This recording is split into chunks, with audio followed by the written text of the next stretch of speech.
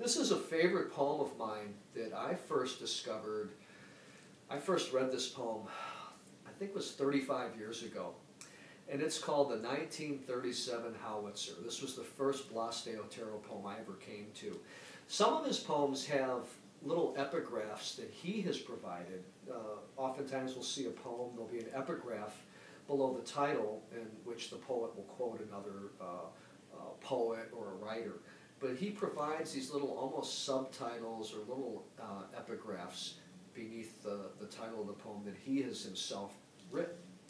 And the one here is, "The pencil with which I wrote that letter to the gods is worn down, dull, chewed up."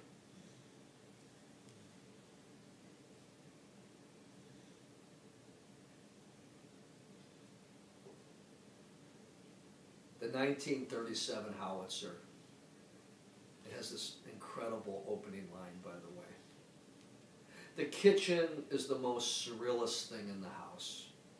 I'm talking about kitchens with a coal range, of course. A yellow bulb lights up the Dostoevskian kitchen. Winter nights with rain, cold or wind or hail, and the squalid drops rolling down the whitewash. I have lived on the earth a long time, that is, on the discolored kitchen tiles. I've written many poems in the kitchen, and I almost, not quite, prayed in the kitchen. In the country, all the kitchens are happy to pick February as their month. My kitchen over on 36 Hurtado de Amazaga contributed strongly to the evolution of my thought. Today I think back on that kitchen as a holy place, a kind of Fatima with soot. When you sit on the wooden bench, a student lamp throws a melancholy light on the painted pine table. We have Espinosa's word for it. Brave Espinosa, great poet. And that Teresa, an interesting girl, she won herself a love-struck cameo of 8 lines that no bullfighter can leap over. Espinosa, socially conscious poet of kitchens and revolutions. Gutsy Espinosa, delicate half Veronica of Gustavo Adolfo Bécquer. My God, the dead are so alone. A dead man in the kitchen is a very serious thing.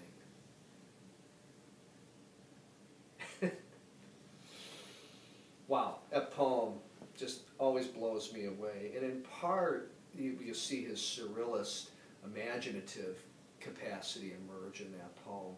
And not only emerge, but then merge with his colloquial diction that I mentioned earlier. It's a remarkable poem.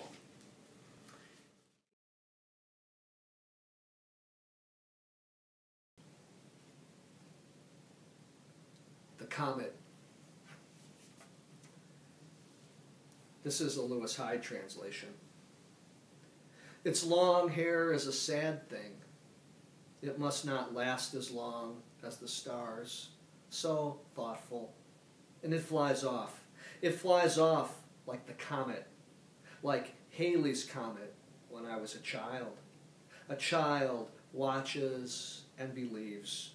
He sees the trailing tail, and what he sees are the holy robes of a comet that was hoisted into the sky by a child.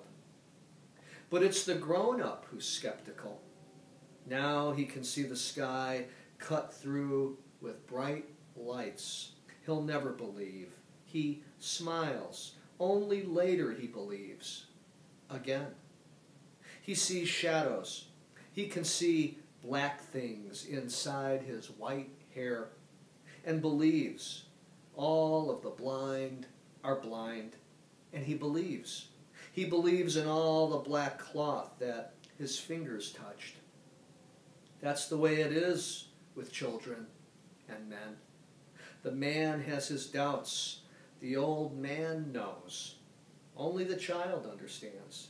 They all watch the brilliant, circling tail.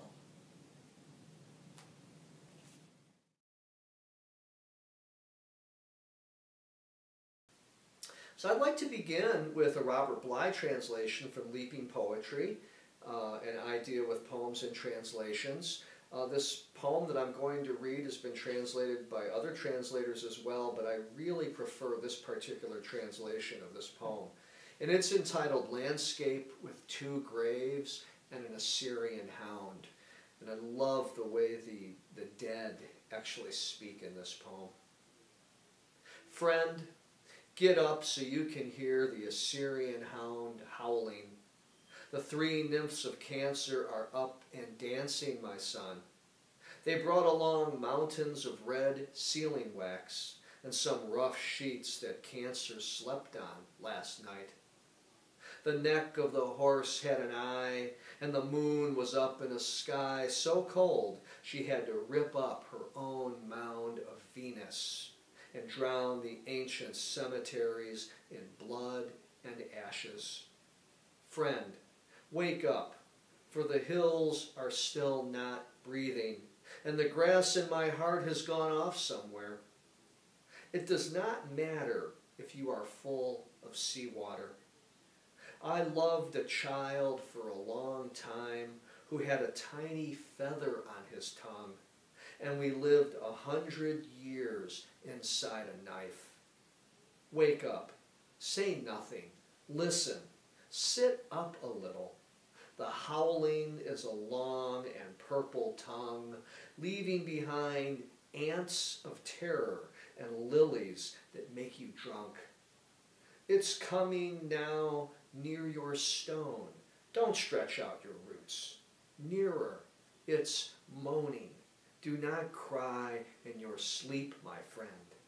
My friend, get up so you can hear the Assyrian hound howling. What a strange and intense poem, and that is, even though I read from Leaping Poetry, that is part of Lorca's book, Poet in New York.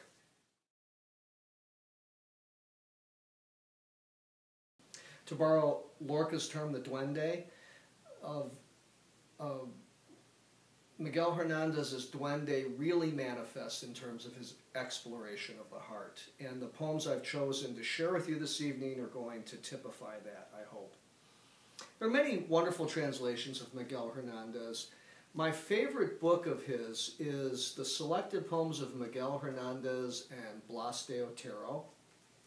This book is edited by Timothy Beland and Hardie St. Martin.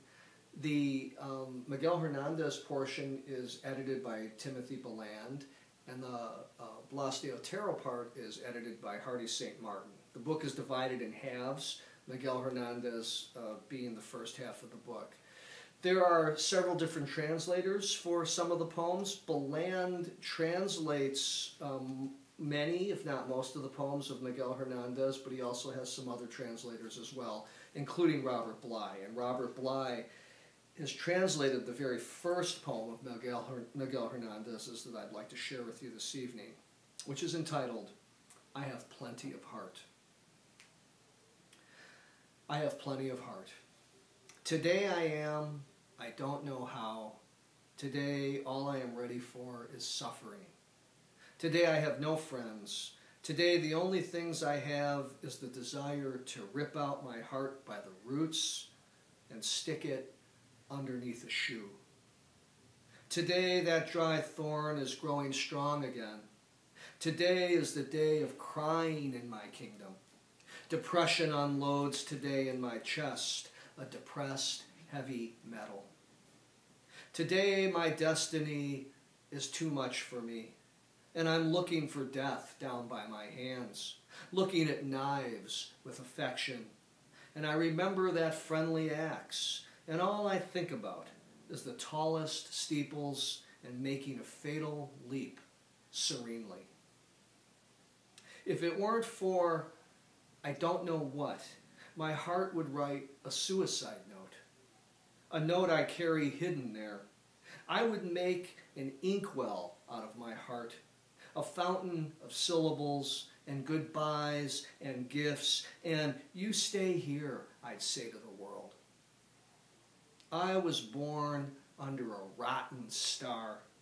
My grief is that I only have one grief, and it weighs more than all the joys together.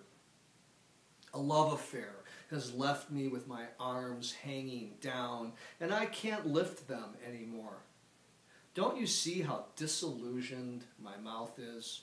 How unsatisfied my eyes are? The more I look inward, the more I mourn. Cut off this pain? Who has the scissors? Yesterday, tomorrow, today, suffering for everything. My heart is a sad goldfish bowl, a pen of dying nightingales. I have plenty of heart. Today, to rip out my heart, I who have a bigger heart than anyone, and having that, I am the bitterest also. I don't know why, I don't know how or why I let my life keep on going every day.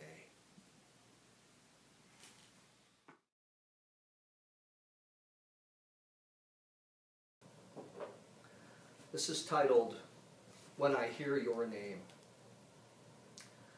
When I hear your name, I feel a little robbed of it. It seems unbelievable that half a dozen letters could say so much. My compulsion is to blast down every wall with your name. I'd paint it on all the houses. There wouldn't be a well I hadn't leaned into to shout your name there, nor a stone mountain where I hadn't uttered those 6 separate letters that are echoed back. My compulsion is to teach the birds to sing it, to teach the fish to drink it, to teach men that there is nothing like the madness of repeating your name. My compulsion is to forget altogether the other 22 letters, all the numbers, the books I've read, the poems I've written, to say hello with your name, to beg bread with your name. She always says the same thing, they'd say when they saw me, and I'd be so proud, so happy, so self-contained. And I'll go to the other world with your name on my tongue, and all their questions I'll answer with your name. The judges and saints will understand nothing. God will sentence me to repeating it endlessly and